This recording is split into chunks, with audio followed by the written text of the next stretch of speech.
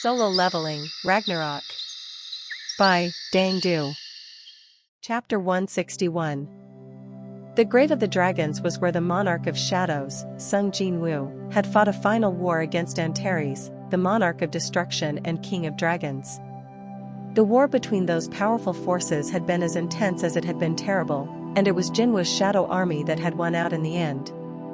As a result, the land had been filled with the ashes of countless dragons, carried along by the wind like snow.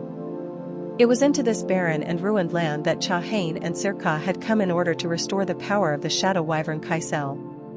Kaisel had weakened considerably over time while protecting Hain, and he had fallen into a deep sleep in her arms as soon as they arrived.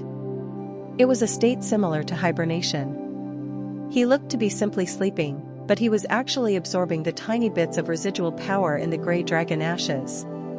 While Kaisel recovered, all Hain and Sirka had to do was wander through the wasteland without any destination.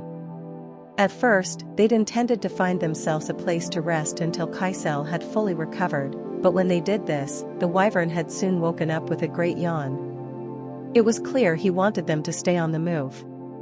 There was a limit to how much power he could absorb from a single location, which was a given, in a way. The energy of the dead dragons in the ashes was extremely slight. They might have to explore this entire world before Kaisel, now at his weakest, could absorb enough to fully recover his strength. Hain and Sirka, having understood how this worked, continued to wander about in search of new places in an effort to help Kaisel. They had done this for a while when a vast, imposing silhouette appeared before them. Cha-cha. I'll protect you from the rear, called Sirka. Wide-eyed, Hain stared into the drifting ashes. She drew her sword and slowly walked forward. After she'd moved through the ashes, the huge form finally came into view. Unbelievable. Both Hain and Sirka were in shock. So they didn't all turn into ashes? Hain muttered. Shockingly enough, what they were seeing was a huge pile of bones that had not yet turned into ashes. This feels like a giant dinosaur museum. She felt a little overwhelmed by the giant bones. Kaisel seemed to wake up then, looking around with sleepy eyes and growling. Hain stroked his back. How do you feel? Do you think you're recovering faster here? The wyvern closed his eyes pleasurably at the touch, growling some more. Sirka noticed this and said happily, "That's good. The bones are probably much better sources of energy than just ashes. The remains of dragons are extremely valuable in their own right." Hain nodded. She knew from her memories of her past life that dragon bones were an amazing resource indeed.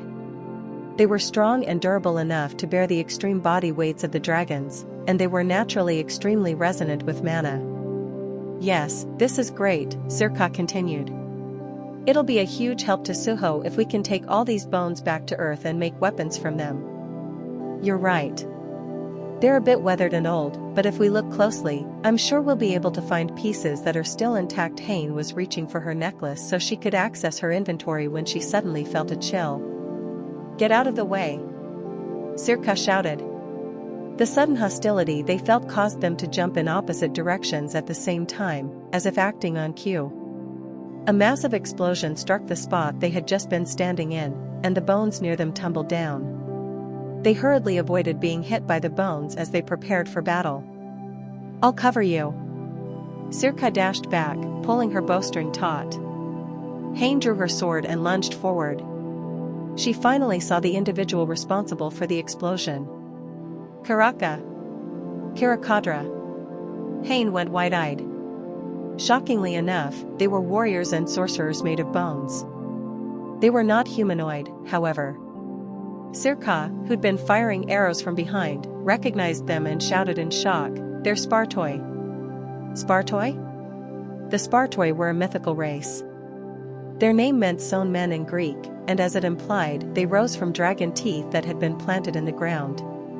The dragon teeth that didn't turn into ash must have been reborn as magic beasts. Sirka cried. She recalled Antares, the monarch of destruction and king of dragons. More often referred to by the latter name, he had been the strongest of all the monarchs. He was the most powerful dragon in existence, and the dragons that he had led made up an invincible army with extreme power and mana.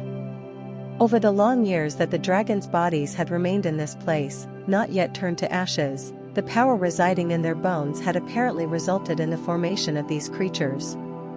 There was something that wasn't quite right about this, however. But they have no masters. How is this possible? Sirka said, taken aback. What do you mean? Hain shouted as she fought the Spartoi. The warriors were incredibly numerous, presumably matching the number of dragon remains in this world. They continued to crawl out of the ground, surrounding Hain and Sirka. Storm of white flames. Hain lifted the Demon King's longsword high into the air, and hundreds of lightning bolts dropped out of the sky. Kirakura. Karka. The Demon King's longsword contained the power of Baron, the monarch of white flames. It had the power to create a storm around the user that dropped lightning bolts incessantly. The Spartoi were unable to fight destruction on such an overwhelming scale. They screamed, crumbling as they were hit. They can withstand this? Hain exclaimed, her eyes widening. This storm had done significant damage even to a follower of the Iterum, but the Spartoi were getting back up as soon as they crumbled. Cha-cha. I heard that the Spartoi have high defense because they're born from dragon teeth. It seems that way, Hain said, adjusting her grip on her sword carefully. Kaisel snarled. Don't worry, Kaisel, Hain told the wyvern. You can go back to sleep. Noticing that something was amiss, Kaisel had opened his eyes with a worried look. Hain simply smiled and soothed the dragon, then looked back at the Spartoi. It still damaged them. Hain was right. The Spartoi who had been hit had visibly slowed down. If she took them down one by one, they would eventually be defeated. She swung her weapon, slicing the Spartoi closest to her at the waist, then turned to Sirka. What were you going to say? You said something was strange. Oh. Sirka shot an arrow at a Spartoi sorcerer, who was firing a magical attack from the farthest point. I don't know much about them either, but I do know one thing. No Spartoi can exist without a master. A master? Yes. I heard that dragons will pull out their own teeth to create the Spartoi. They're meant to protect the dragon who creates them, of course. To be more precise. Sirka's eyes moved to Kaisel, who was sleeping on Hain's shoulder. The reason they exist is to protect the dragon while it sleeps. That's their purpose. What? Realizing something odd, Hain looked around her. But there are no living dragons here. That's exactly what I find so strange. Spartoi who have no master are supposed to return to being the dragon teeth they once were. So how are they still? It was odd, to be sure. In order for there to be this many Spartoi warriors, there had to be a great many living dragons as well. However, there seemed to be no dragons around them at all. That suggested that the Spartoi here had indeed spawned from the teeth of the remains. Then maybe, they have a new master now? Hain guessed. Or someone has appeared that can create Spartoi with the teeth of other dragons. So the conclusion is similar. It doesn't seem as though they'll tell us even if we ask, though. Thanks to the necklace, which had interpretation abilities, Hain had been able to understand the Spartoi's speech for a while now. Kirkara. Kill the invaders. Invaders, huh? That means we've intruded upon a location we shouldn't have, or that they don't like seeing us here. Where are we, then? Hain looked around calmly while cutting down another Spartoi and shouted, Sirka. I can hold out here for a second. Make a prayer to Silid. Sirka was a descendant of Silid, the monarch of Frost, and was capable of transferring her thoughts to him. As a shaman, Suho had even been able to awaken Silid's spirit from his slumber, but Sirka wasn't capable of this. She could send one-way messages, however, in the form of prayers. Such messages would then pass from the monarch to Suho, the shaman. This isn't the way the prayers are supposed to be used, though. The ice elf looked a little embarrassed as she began to pray to Silid. So what am I supposed to tell Suho? At around the same time, Suho and Dog Yun were in Busan. Their goal was naturally to clear dungeons, but this time they were here for something a little special. Are you the guild master of the Wu Jin Guild, perhaps? No. I'm the Vice Guild Master, Lim Dog-yoon. This is our Guild Master. Oh, pardon me. The female hunter who'd come to greet the members of the Wu Jing Guild blushed and quickly apologized. She approached Suho, looking embarrassed. Hello. I'm Li Ju-hee, a healer from the Knights Guild. Welcome to Busan. Oh, yes. Nice to meet you. I'm Sung Suho, the Guild Master. For some reason, Ju-hee suddenly stared at Suho's face with an odd look. Suho was puzzled. Is there something wrong? Oh. Not at all. I beg your pardon. Why do I have the feeling I've seen you before? I must be mistaken. While Suho looked confused, Ju-hee seemed embarrassed and apologized immediately. What is the matter with me? How could I know someone this young? He probably wasn't even born yet when I lived in Seoul. She reprimanded herself for making more mistakes than usual today, then got right to the point. Ahem. In any case, Guildmaster Sung. Thank you for coming to help us. Mr. Lim is waiting for you at the guild office. I'll show you there. Dog-yoon gulped anxiously at being told that his father was waiting. Chapter 162. Suho's Wu Jing Guild chose dungeons for one clear purpose: leveling. Dungeons with a high rank or those with lots of magic beasts were the best for earning experience points. Naturally, such dungeons were popular with other hunters as well. The stronger the magic beasts, the more expensive their products would be, and the more of them there were, the greater the number of products one could acquire. Given this, it was natural that entry into such dungeons was expensive. Suho's guild, however, currently possessed 1 billion won. It was a matter of perspective whether that was a big or small amount. The guild had to make a choice on whether they would split it up to do multiple low to medium ranked dungeons or make one purchase of a very expensive ticket into a higher ranked dungeon. Both choices would have been fine for an ordinary guild that aimed to generate profit, but Suho's main goal was leveling up, so neither was very satisfying. He was past level 50 now, and he couldn't get any experience points from low or medium ranked dungeons, much less level up, and if he was limited to just one high ranked dungeon, it would probably do little more than give him a single level up, if any at all. The situation would be handled the following month, of course, when the Scavenger Guild paid him even more. But that didn't mean he could simply sit in his office doing nothing until then. So Suho chose neither of these paths. Even if it would seem a little inefficient from the point of view of a guild seeking profit, there was another way if one really wanted only to level up entering dungeons that other guilds had taken for themselves. Again, there were two ways of going about this. One was to become a mercenary, providing aid upon another guild's request. If a guild had bid for a dungeon and realized it was harder than expected, they would sometimes request help from other guilds or hunters.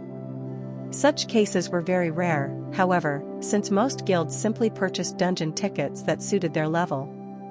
That left only one remaining method: purchasing a ticket from another guild.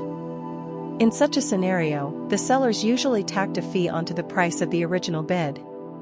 That was a difficult scenario to manage for the Wu Jing Guild, which had limited funds at the moment, so Suho had thought of a workaround relying on family connections. That's why I wanted Dog-yoon to buy a ticket from the Fiend Guild. The Field Guild had been suffering from a lack of manpower ever since the Lee Min-sung incident. Naturally, they did not have the capacity to use up all the dungeon tickets that they owned. If only for the sake of keeping funds flowing, they might have to urgently sell off the tickets they had.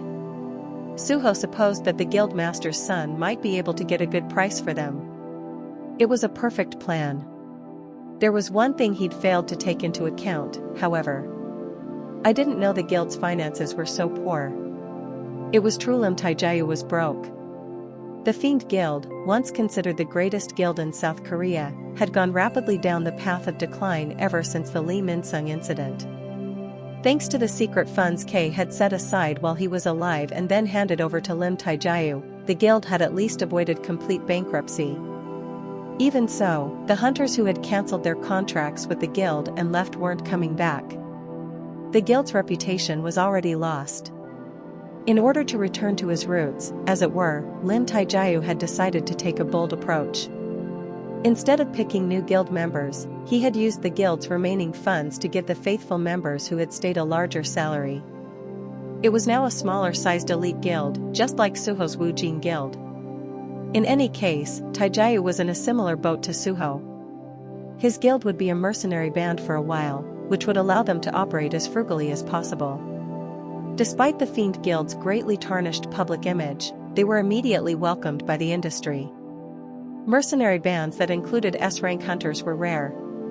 And it was the Yongnan region's biggest guild, the Knights Guild, which had invited them to work before anyone else.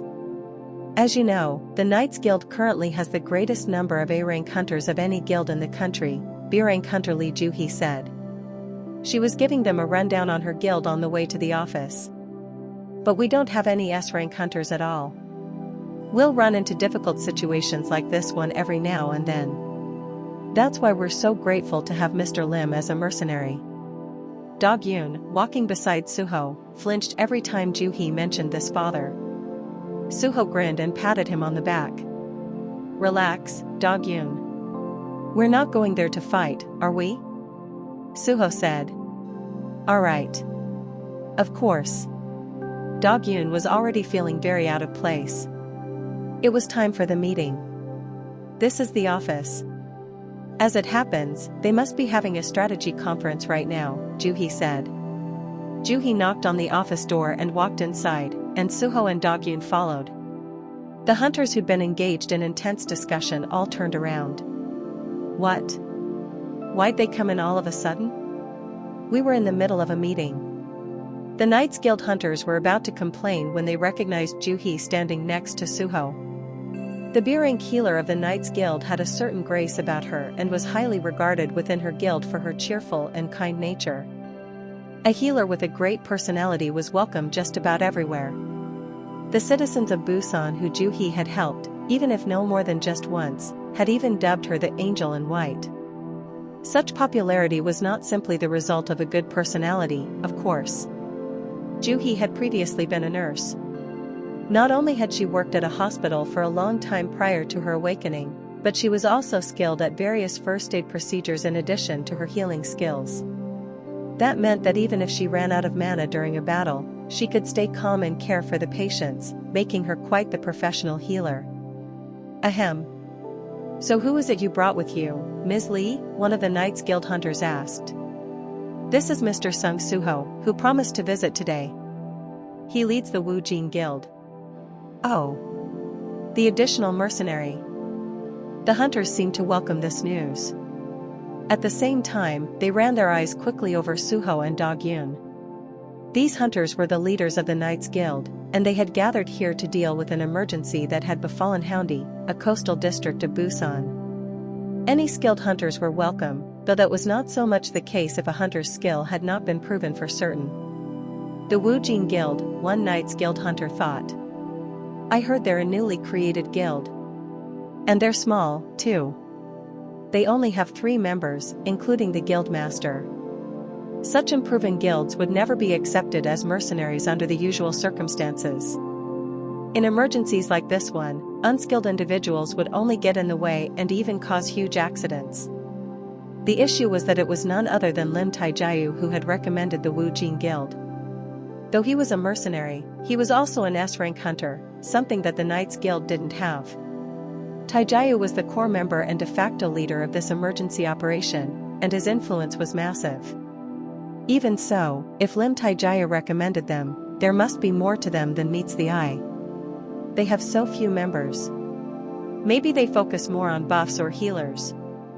Various thoughts passed through the Knights Guild leaders' heads, but in the end, they couldn't help but take Suho lightly. His companion, Dog Yun, was obviously extremely nervous. I don't. Dog Yun stammered. The hunters tooted. TSK. They are just kids. I'm not sure about them. I hope they don't get in the way. Dog Yun had frozen up, looking exactly the way he had when he'd first come in, and he hardly seemed able to breathe. They all glanced at Taijiao, who was on an elevated platform, heading the meeting. At this rate, we might have to turn them down even if Mr. Lim recommended, huh? What is Lim Taijaya thinking by wait, what? Something odd was going on. Taijayu, who'd been drafting up a strategy with gusto at the podium, seemed just as off-kilter as Dog Yun. Taijayu muttered. Dog Yun wrung his hands. What in the world? The Knights Guild hunters looked puzzled as the two men stared at each other, rooted to the spot with the same expression on their faces. Thanks to Suho, if it could be put that way, the father and son had been reunited for the first time in a long while. The encounter was a terribly stifling one, however. Neither of them seemed up to the task of starting a conversation, and even the leadership of the Knights Guild was growing nervous. After realizing that Dog Yun was Taijayu's son, the sad story they had heard about Taijayu's past had come back to them. His wife turned into a mist burn on the day that he awakened, I hear. And that mist burn attacked the son. Mr. Lim was forced to kill the monster that was once his wife to save his son. This had occurred on the day that Taijayu had become an S-rank hunter, and it was a very famous story. The son left home after that, if I recall correctly. Not surprising. Regardless of the reason, he was forced to watch his father kill his mother. Since they knew what had happened, they could understand the awkwardness in the air. Why do they have to do this now? I wish they'd just find themselves a room to sort this out. It was just too stifling. We're busy enough as it is, the hunter's expression seemed to be saying. Suho and Park Jong-soo, the guild master of the Knights Guild, shook hands and did their best to ignore the mood. Welcome. I'm Park Jong-soo, A-rank hunter. I lead this guild. I'm Sung Suho of the Wu Jin Guild. Jong-soo was quite well-mannered and gentle. He had no choice but to behave that way. Unlike the other members of his guild, he had heard information about Suho from Taijayu beforehand. He was the one with Lim Taijayu in the photo from the Lee Min-sung incident, Jong-soo recalled.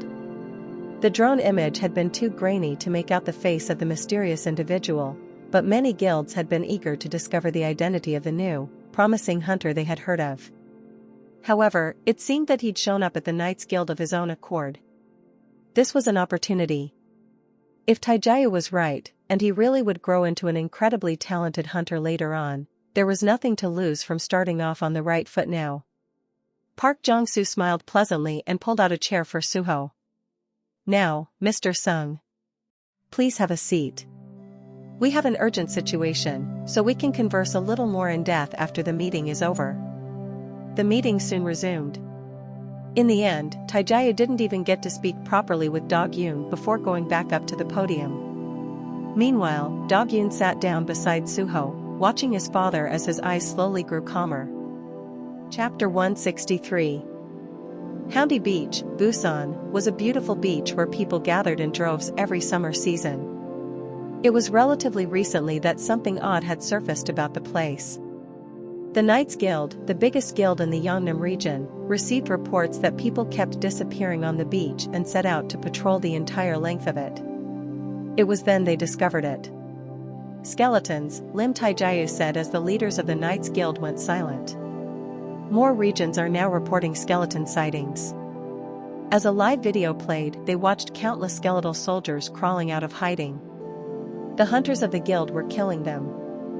Seeing the battle taking place in real time, Park Jong-soo, the guild master, ground his teeth. The problem is that we have no idea where they're even coming from in the first place, he said. Judging from the situation, it was clear that the Busan coast had been subjected to a dungeon break. But they weren't able to locate the most important site, the location of the gate.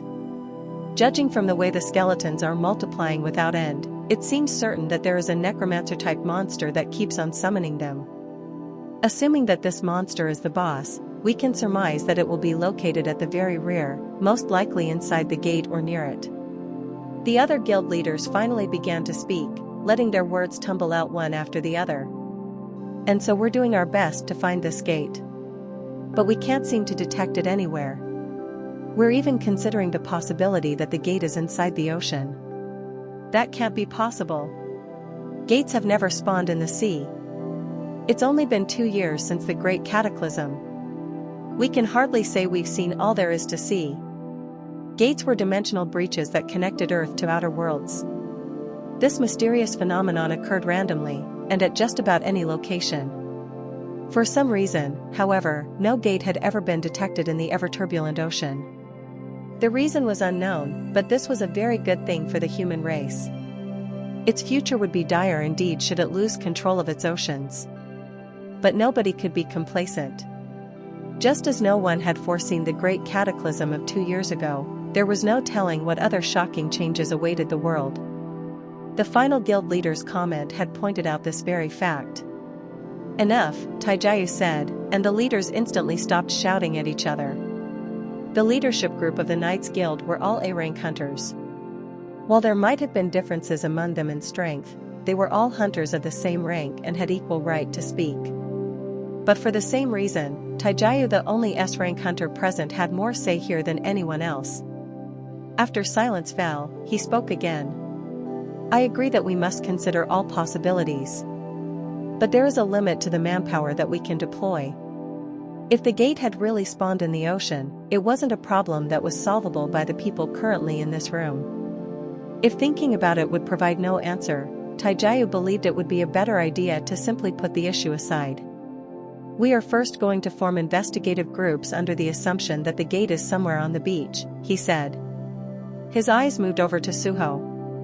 "Now you understand the situation somewhat." Suho understood and nodded quietly. "Ahem. In that sense, there are currently 2 matters that need solving." Noticing Dogyun beside Suho, Taijayu cleared his throat briefly, avoiding eye contact as he continued to explain. "First, we will stop the magic beasts that keep on appearing. I'm sure you are all doing well, but we need to send in as many soldiers as we can." Everyone nodded at this. To keep the magic beasts from getting off the beach and spreading into the city, the more the soldiers, the better. What was more, the monsters that showed themselves first were always weaker than the ones that came after, behaving like a scouting party.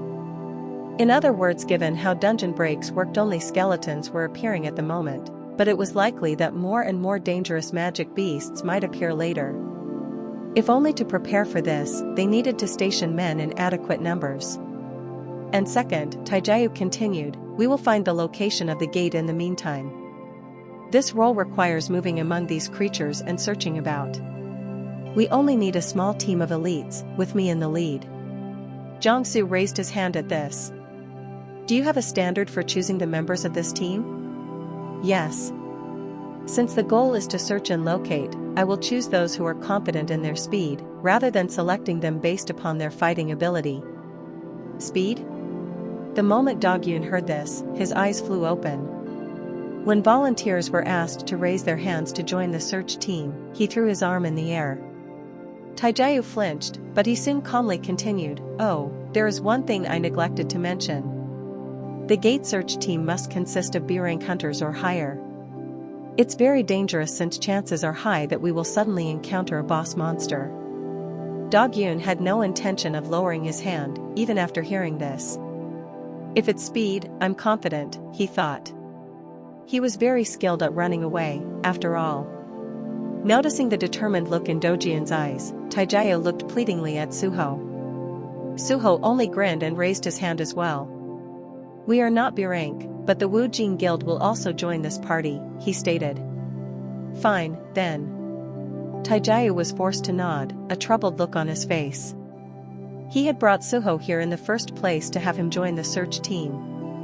However, he hadn't imagined that his son, who was only an E-rank hunter, would volunteer as well. Even so, Suho is the guild master, Taijayu thought. I'm sure he'll protect his own guild member. They even went into the glacier dungeon together. He repressed his anxiety, told the hunters some more detailed strategies, and ended the meeting. "All right, then. Let our operation begin." A total of 20 people made up the search party. Taijayu divided them further into 5 teams of 4 hunters each. There was a problem here, however. "I will lead the first team, and Mr. Sung of the Wu Jing Guild will lead the second," Taijayu announced. "As for the third..." "What? What did you say?" The hunters who had volunteered under the assumption that the S-rank hunter Taijayu would be leading them all were understandably confused. "Wait, this isn't what you said would happen." I heard Sung Suho is only a sea-rank hunter. Our lives are at stake here. How can you possibly? Taijaya seemed to have expected this backlash. He remained calm as he responded, let me tell you again. Our goal is to search, not to fight. That's why I said from the get-go that only those who were quick on their feet should join. But even so, we're searching for the boss monster's location. We need a minimal guarantee of our own safety. That's right. And I'm a B-rank hunter. I can't follow orders from a mere C-rank. Mere, you say? It was a reasonable complaint, but Taijayu could only laugh. Suho, I mean, Mr. Sung. Have you still not looked into a reassessment? I was busy making this guild. Go and get one when this is over. That way, we won't have to waste time over meaningless. I'd rather lead the second team, Suho said. One of my men can take team 3. While Suho and Taijayu were talking, the hunter who had been assigned as the leader of the third team stepped forward confidently. This was Young Yuntae, an A-rank hunter. He was the vice guild master of the Knights Guild and very close to the guild master, Jongsu. Yuntae looked over at the members of Team 2 with a discontented gaze. Sung Suho was only a C-rank hunter, though he was supposedly a guild master, and next to him was Dog Yoon, an E-rank hunter and a member of his guild. And on his other side, who was that woman? A hunter from the Wu Jing Guild? Next to Suho was Essel, whom Suho had called out of the Shadow Dungeon. She was also part of the second team, acting as a member of the Wu Jing Guild. The final member of Team 2 was a B-rank hunter from the Knights Guild. TSK. The second team is just too weak compared to the others, Yuntae remarked. It's probably better for me to move to Team 2. Oh, and I'll be leading it, of course. Sure, if you want, Suho said. Huh? Yuntae was taken aback. Suho let the member of the Knights Guild move over to the third team and stepped down from the role of leader without a word of complaint. Then he rushed Yuntae along. I don't care who leads. Let's get on with it already, he said. Huh? What?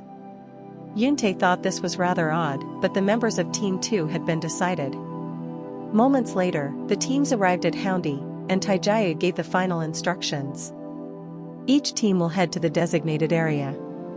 Let's stay in touch and share information with each other in real time, regardless of whether anything out of the ordinary happens. Understood. Yuntae replied, turning to the weaklings that made up his team. We will push through the skeletons and search the area beyond them first. Let's go. He jumped forward, sprinting at an incredible speed. Turning around to make sure the others were keeping pace, he shouted, Don't fall behind, whatever you huh? There was no one behind him. Puzzled, he looked forward again. Shockingly enough, all the hunters from Team 2 were running ahead of him. So you people are fast, at least. That's why Lim Taijayu included the Wu Jing Guild on the team. Yuntae marveled at this and picked up his pace. Surprisingly enough, no matter how fast he ran, he couldn't seem to catch up to them, not even to Dog Yoon, the E-rank hunter. This can't be right. It made no sense. Yuntae wasn't the only one shocked by this.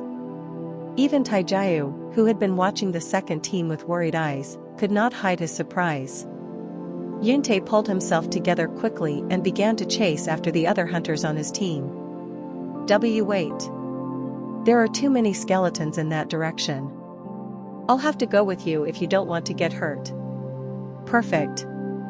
For leveling, that is. Suho, who had been running in the front, raised his fist toward the massive group of skeletons that came at him. Blistering blizzard. Whoosh.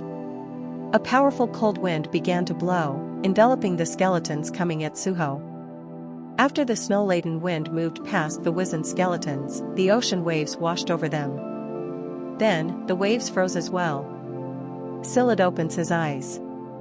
As it happened, the monarch of frost awakened from his deep sleep. Chapter 164. A crowd had gathered around Houndy Beach.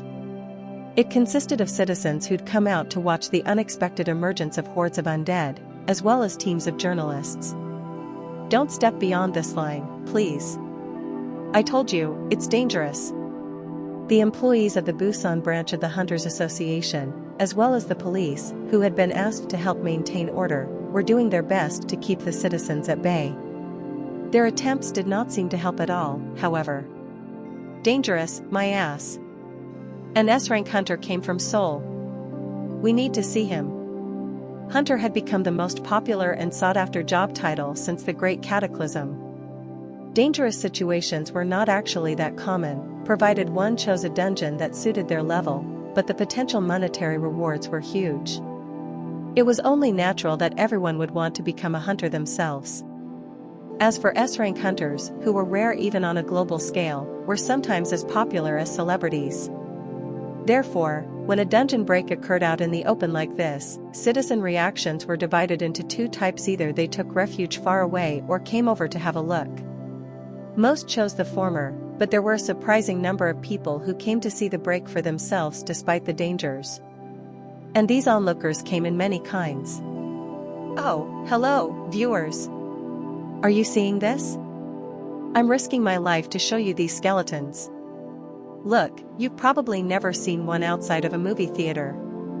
Send me some donations, and I'll get a drone in the air right away.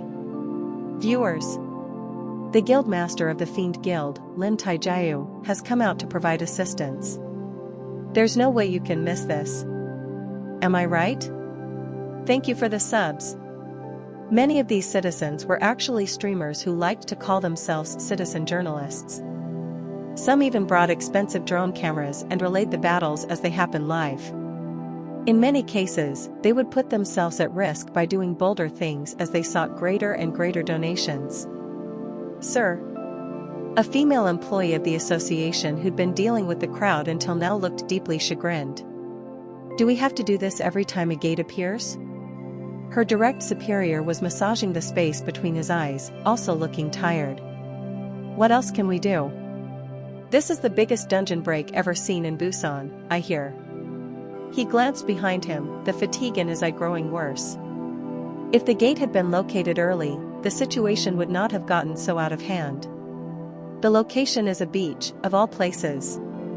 And these are skeletons we're talking about. It felt like being in a pirate movie. What was more, the S-rank hunter that was being talked about by everybody recently had even appeared in person. The buzz around this was hard to put into words. It's the perfect material for getting attention, the superior said. I mean, I would be out here with a camera myself if I were a streamer. He liked to watch his fair share of streams. Feeling a sense of irony in all of this, he sighed. But he's pretty amazing. I have to admit it after seeing him in person, the female hunter commented.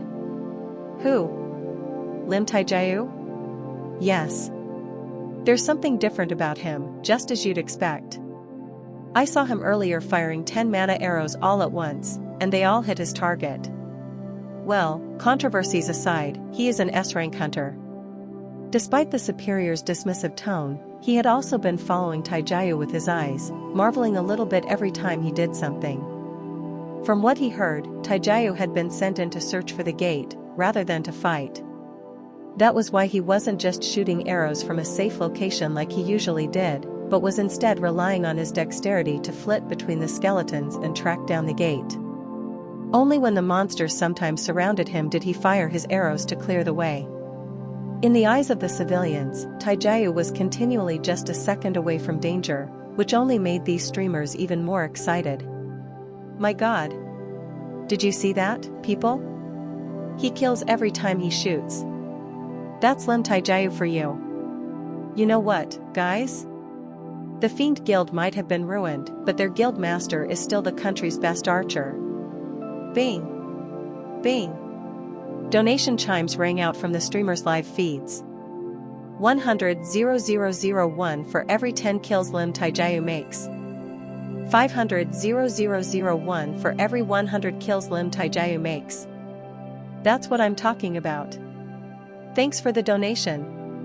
Viewers. I'm counting the skeletons he kills in real time right now. Are you serious? The association supervisor thought. While the hunters were putting their lives on the line to fight, something truly flabbergasting was happening on the side of the onlookers.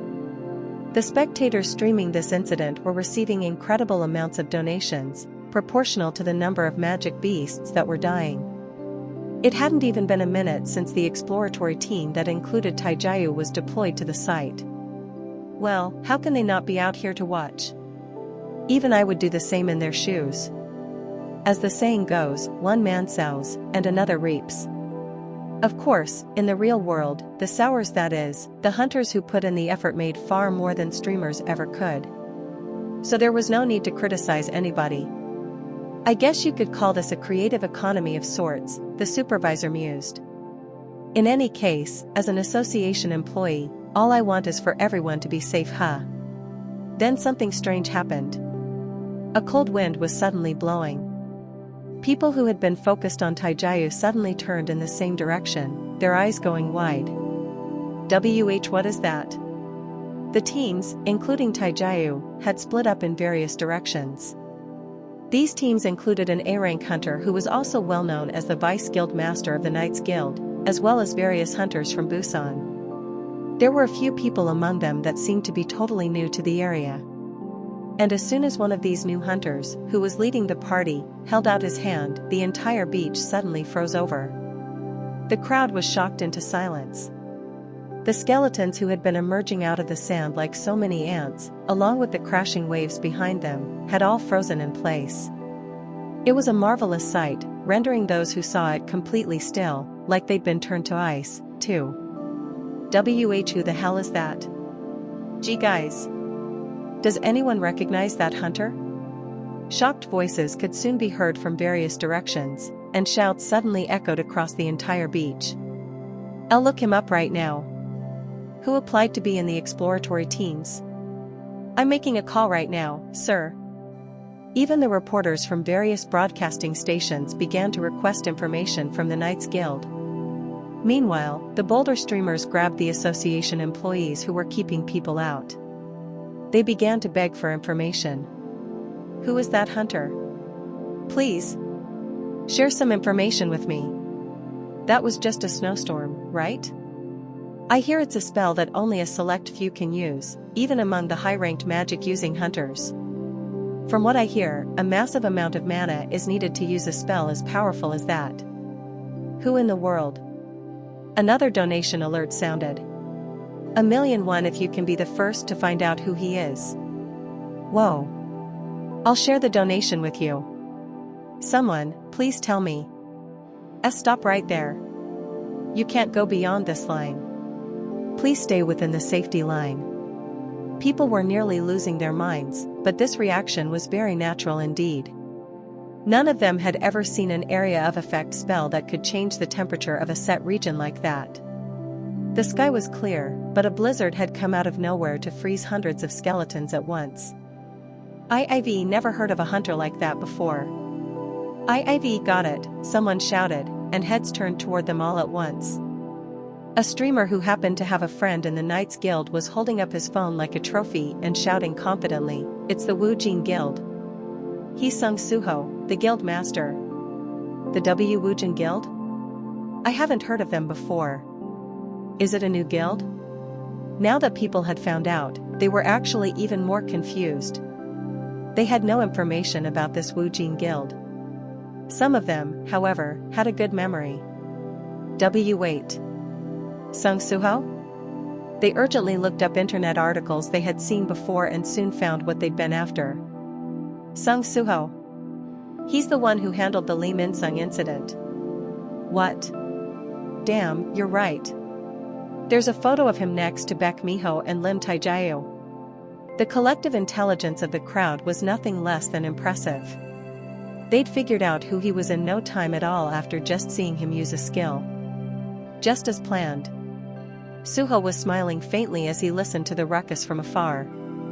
I've made my guild, and this is the perfect opportunity to make it known. While handling various incidents and jobs, Suho had always hidden his identity, be it by choice or otherwise.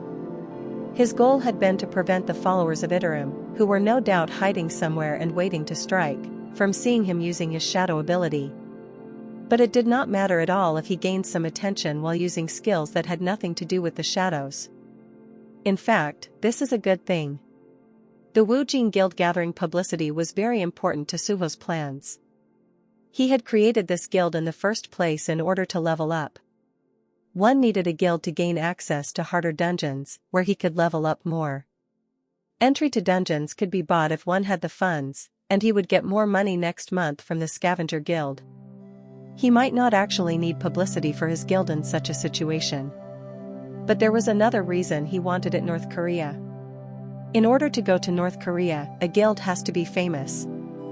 High-ranked dungeons were important, of course, but his end goal was to go to North Korea to hunt. The entire country had turned into a monster field after the Great Cataclysm and inaccessible demonic realm. There was a reason Wu Jinchul had taken Choi Jong in there and still hadn't been able to return. If the monsters swarming the country were not killed in time, they would eventually make their way to South Korea as well. Though such expeditions were worded as providing aid to the north, it was more accurate to call it a conquest. This terrible environment, however, was a haven of rich sources of experience points for someone like Suho. The problem was that not just anybody could go to North Korea. Even if the government had fallen apart, their two countries hadn't been reunited, or anything. What was more, hunters who had committed crimes, like the villains from the recent Jisan prison escape, tended to want to flee to North Korea no matter what. If people were given free access to the region without any restrictions, hunters who had committed crimes would be able to escape justice by simply traveling to North Korea. It was likely that such people would commit atrocious crimes against the survivors there, and it would become a completely lawless place. That was why the South Korean government and the Hunters Association had made it illegal for guilds who didn't meet the requirements to go to North Korea at all. The most important of these requirements was public recognition. In other words, the public had to think that the guild did not mean any harm in going north. And in order for the public to become aware of a guild, the most effective way was to perform impressive feats while people were watching, just like now. But problems like Jisan prison are probably best avoided, Suho thought. While it was impressive and praiseworthy that he had destroyed 500 villains, the public was more divided on this incident than one would think. He killed 500 human beings in a single day. He can't be normal. He's a killer. He has to be. But these are villains, so it's fine, right?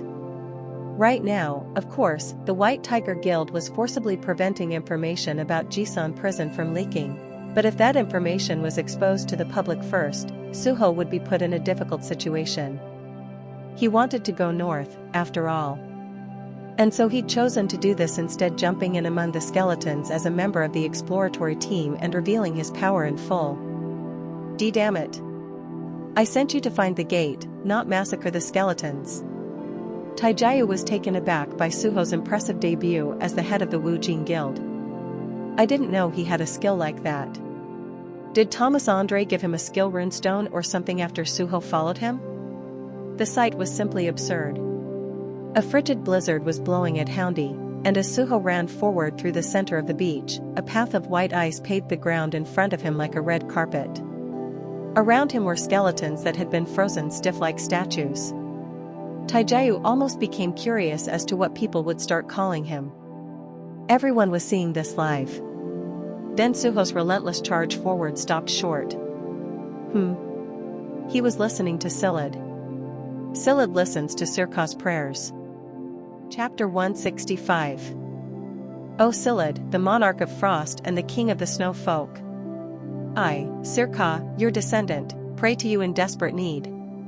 Sirka, who had left with Hain a long time before to enter the grave of the dragons, prayed to Silid, and it seemed her voice had reached him. The prayer of a descendant, at its root, was supposed to be praise and admiration given to a spirit long dead. Silid more than willingly responded to that prayer. He had selected Sirka himself, and he wondered just how much respect, devotion, and love she'd put into the prayer she was offering him for the first time. Well, to start. There was none of that, of course. Silid, if you don't mind. We're in a bit of a bind here. Would you relay a message to Suho for me? Silid doubts what he is hearing. Oh. And if you could, show him what we're seeing right now, as well. Maybe that's not possible, though, not even for you. Silid looks indignant at this provocation from Sirka. His mouth has dropped open. The prayer was nothing reverent. It was clear why Sirka had prayed in the first place. She wanted Silid to perform the role of what would be called, in today's world, a text or video message. This descendant of his was rude enough to use him like a messaging app. Not only that, but this was the first prayer she had ever made. He would have liked a gift or some kind of polite formality, at the very least. Silid seems to sink into regret. He heaves a deep sigh. What's all this noise? Suho was tooting at the messages that appeared in his vision, but for a different reason than Silid. Since he couldn't hear Sirka's voice, it seemed as though the monarch had suddenly started muttering at random. The moment Suho dashed forward, slamming into some frozen skeletons that stood in his way and smashing them, another notification popped up with a ding. A message has arrived. A message? A window appeared in front of Suho. Is it a new quest? Quests meant levels, and he eagerly opened the message. There is one unread message. A letter from Mother, unread. A letter from my mother? Suho's eyes sparkled. First, there had been something about a prayer from Sirka, and now a real message had arrived, not a quest. Why was it from his mother, of all people, when she had gone to the grave of the dragons? Has something bad happened to her? He wondered as he urgently shouted, "Read message." There was a ding, and Hane's voice played from across the dimensions. Suho, it seems we found something here. Could you ask Baru about it for us? Huh? Baru's tiny head popped out of Suho's clothes. Silid activated the skill, Frostbloom Illusion. The cold blizzard all around Suho suddenly seemed to gather into a single spot, forming flowers of ice. They seemed to move like ripples of air in spring or mirages in the desert. They showed Hane and Sirka in the grave of the dragons as if they were right in front of Suho and Baru. Keek!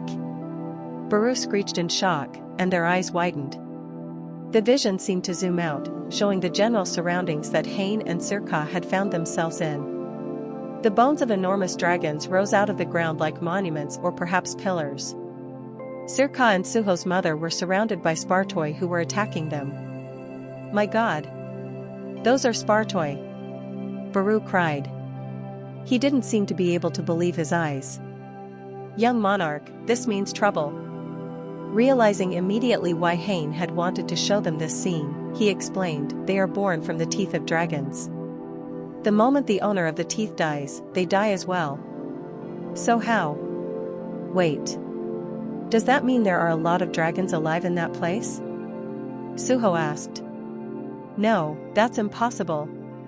Antares' armies died out long ago, and they were incorporated into our shadow army. Baru realized something, stopping short and opening his eyes wide. Don't tell me the descendant of the King of Dragons has. He was forced to trail off. The King of Dragons was none other than Antares, the monarch of destruction. He was the strongest of the 8 monarchs born from the primordial darkness, and the only one that had defeated Sung Jinwoo, the monarch of shadows.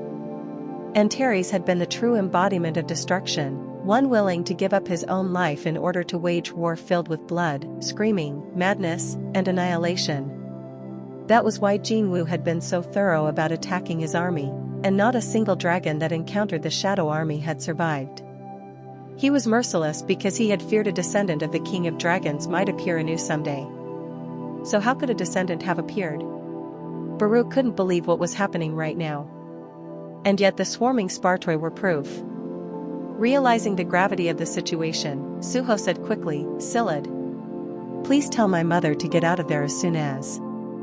In the icy vision, Hane raised her sword, and muted lightning reached out in all directions, slamming into the Spartoi. Her cheery voice sounded again. By the way, you aren't worried about me right now, are you? Both Suho and Baru fell silent. Hane was carrying the Demon King's longsword, no less the weapon of Baron, the monarch of white flames. Few things were a threat to an S-rank hunter with such a dangerous weapon. Even if the monarch of destruction's descendant had appeared, they would only be a descendant at this stage and nothing more. they couldn't possibly be a match for her. In any case, there's something strange about this place. There are so many Spartoi, but we can't find a single living dragon. Baru seemed shocked out of his reverie as Haynes' message continued. Considering the size of dragons, it was impossible to hide their bulky bodies in that open terrain. But I've been watching these Spartoi, and they give me the impression that they're trying to defend something. That's the situation, anyway. Baru, can you provide some advice? Ahem, I understand the situation now. Baru calmly studied the vision. In the meantime, Suho continued to flit between the skeletons, accompanied by blistering blizzard. He continued to search for traces of the hidden gate. Baru finally spoke. First of all dragons gather their mana in their hearts. If anything is important, chances are, it's worn or kept close to the heart. Even if nothing remained of the dragons but their bones, their bodies could not have shifted much. The huge skeletons were like vast historical sites. Baru was pointing to the hearts of these skeletal structures. Silid nods, saying he will convey the message as you said it. Silid was about to relay Baru's words to the letter when a voice sounded. Who dares to use such sorcery in my presence? Crash. Skill, Frostbloom illusion has been forcibly cancelled. Silid's skill suddenly vanished, and the entire beach covered with skeletons began to ripple like the surface of the ocean. Oh, no. Oh, God. What in the world? The hunters who had been fighting the skeletons were confused and did their best to maintain their balance on the shaky sand. The white sand at their feet, however, soon began to funnel into a huge vortex that sucked in the skeletons as well as everything else. This affected even the citizens who were watching from afar.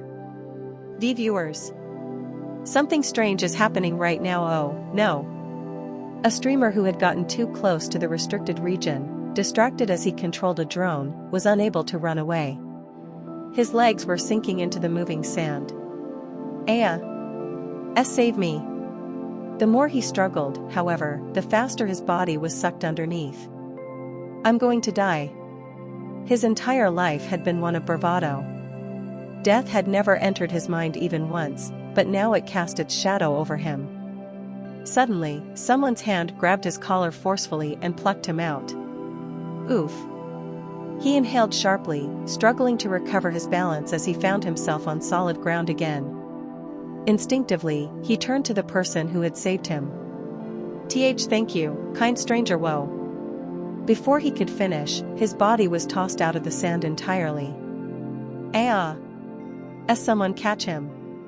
The hunters from the association who were nearby thankfully pulled him out of the air, and the streamer was able to avoid crushing his skull on the pavement. He turned around, looking for his rescuer. As it turned out, this was only the beginning. The streamer could see others just like him, writhing as they were thrown this way from afar, screaming as they flew through the air.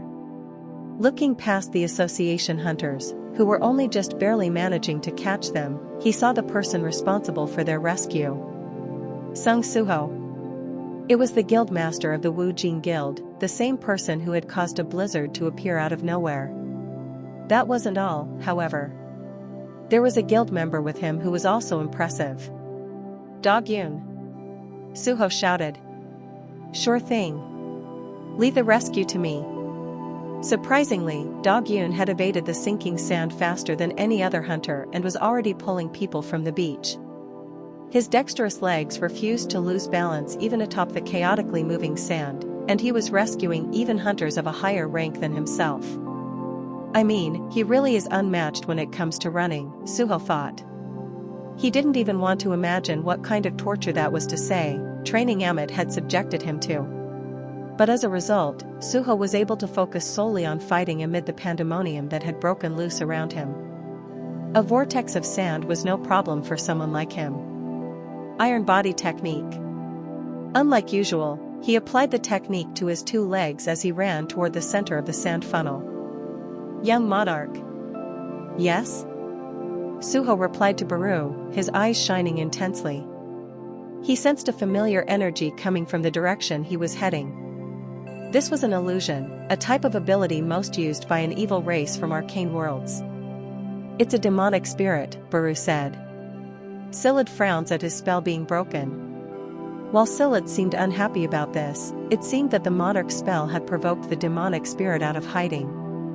Suho charged toward the center of the funnel, where the demonic spirit had to be lurking, and shouted, "Silid!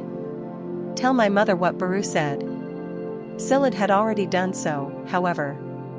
When Hain heard the words, she had arrived near the heart of a dead dragon that the Spartoi were defending.